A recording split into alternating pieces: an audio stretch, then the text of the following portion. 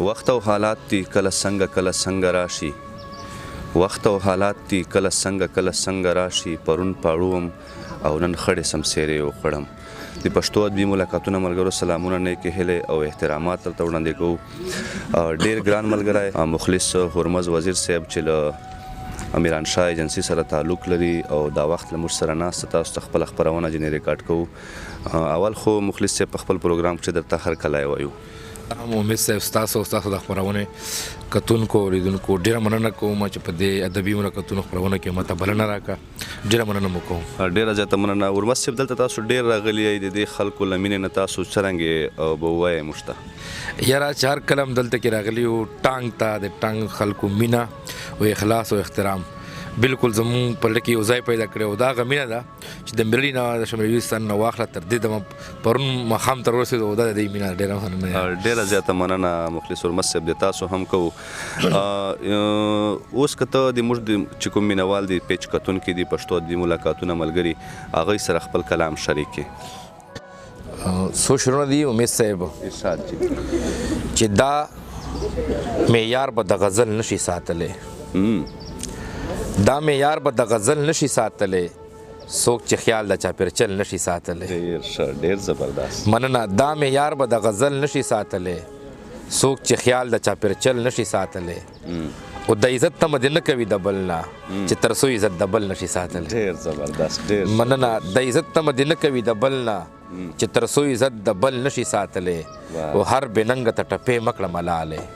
چې حیا دې د وربل نشي ساتلی ډېر زبردست ډېر مننه هر بېننګه ته ټپې مکړه ملالی چې حیا دې د وربل نشي ساتلی او دې نصیب مینه د هغو په نصیب شي چې څوک په زړه کې تل نشي ساتلی ډېر زبردست مننه دې نصیب مینه د هغو په نصیب شي چې څوک په زړه کې تل نشي ساتلی یو غزل دی ستاسو فرمایش ولا شپې مې ویلی و چې په خیال کې مې چې کله د چا خیال ګرځي راګرځي په خیال کې مې چې کله د چا خیال ګرځي راګرځي او زه پروت وم په کوټه کې او دیوال ګرځي راګرځي مننه د وخت د تجربې خاوند یې پېژني لورايه د وخت د تجربې خاوند یې پېژني لورايه که ښکلي هر څو پټ مخ په رومال ګرځي راګرځي ډېر زبردست مننه ډېره مننه زمونږ د جنازې په صف کې هم مخکې ولاړ وي زمونږ د جنازې په صف کې هم مخکې ولاړ وي قاتل مې د ولس څه په کمال ګرځي راګرځي ډېر زبردست ډېر مننه او زما به د لفظونو جامې څنګه ښکلي نه وي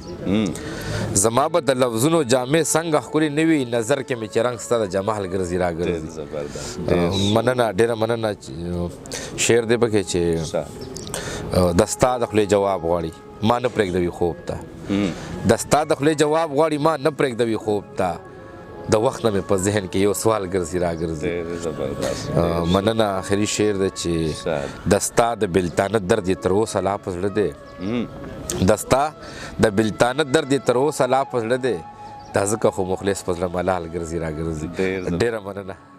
ملګرو دا و مخلص هرمز وزیر صاحب تاسو ته یو ښکلی کلام پیش کړی یقینا چې موږ هم خوند ځینې واخیستی تاسو به هم خوند ځینې اخیستی وي